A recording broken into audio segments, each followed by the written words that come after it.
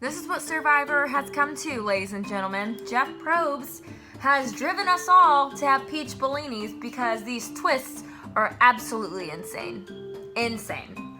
With this episode, Tribal Council is really the only thing that needs to be up for discussion, but it is a recap, so I do need to kind of go over everything that happened this episode without jumping to the craziest Tribal Council in Survivor history.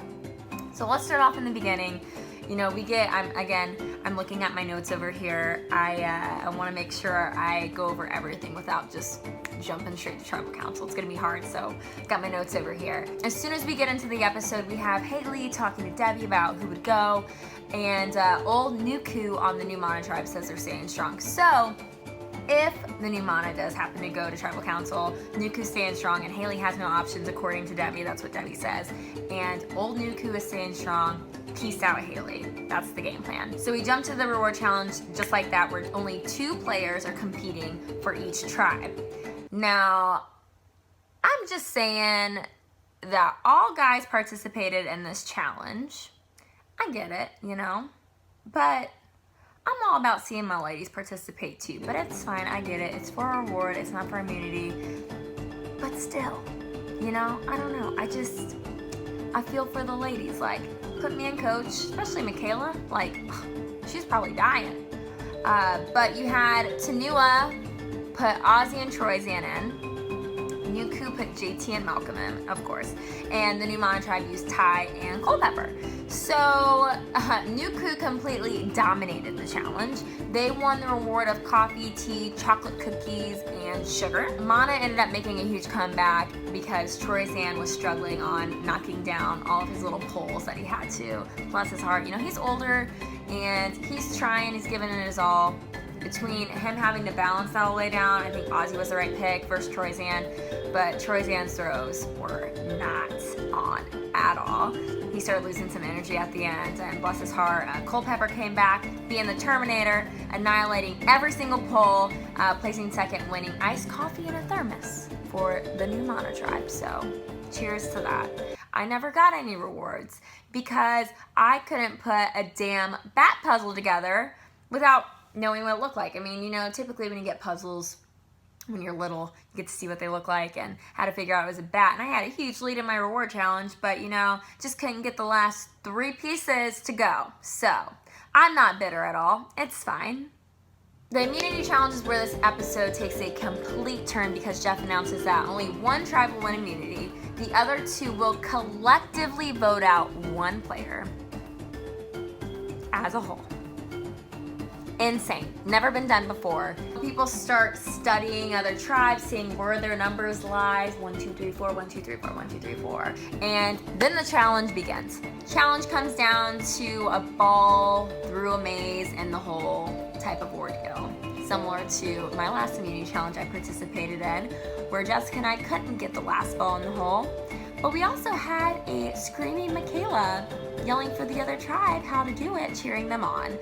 So the whole time watching, all I could think about was, I wonder, is Michaela going to start yelling for one tribe over the other?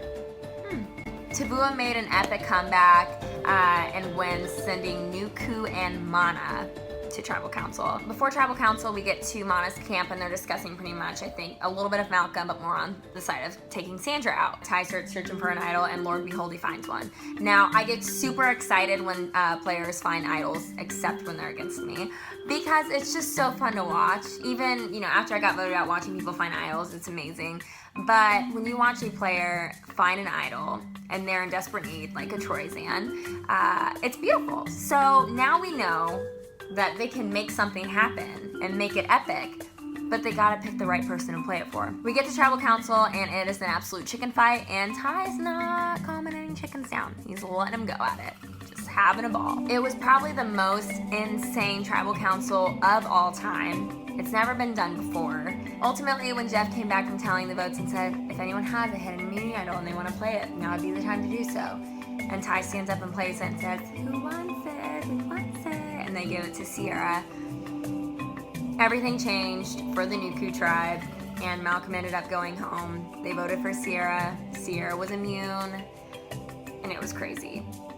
I really feel for Malcolm. It's an awful way to go out.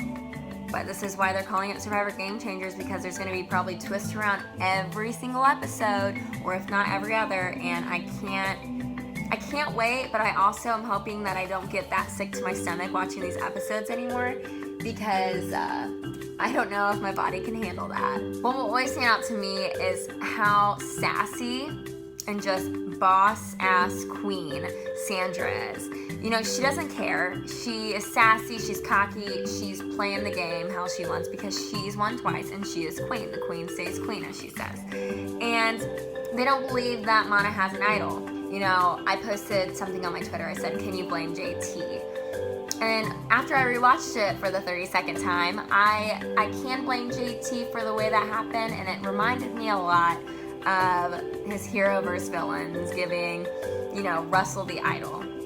Because what he did was he went over there and told Culpepper they're voting for Sierra, and because Nuku didn't listen and believe that they had an idol, they stuck to their guns and voted Sierra, and then Culpepper had Ty play that idol for Sierra and ultimately took out Malcolm. Nobody on that Nuku tribe was willing to work with JT except possibly Malcolm. We never heard firm word from Malcolm that he was going to consider working with JT. They had, you know, talked while they were cleaning the fruit or whatever they were doing in the ocean together about going behind Sandra's back to overthrow the queen. But we never saw firm word on Malcolm. And I do believe that if Malcolm was so willing to work with JT, that in that moment they would have collectively talked to Brad and we would have seen Sandra's name written down. And that's just my opinion on it.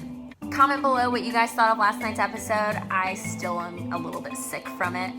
I can't wait until next week. I'm looking forward to reading all your comments about what you guys thought and what you guys think is about to happen. I love you guys so much. Mwah! This drink goes out to Malcolm. I have not met him yet, but that is one of the worst ways I've ever seen, if not the absolute worst, of anyone going out of Survivor. And it was you. So, cheers, because that's badass. It's unfortunate, but you got to play again. This is for you, homie.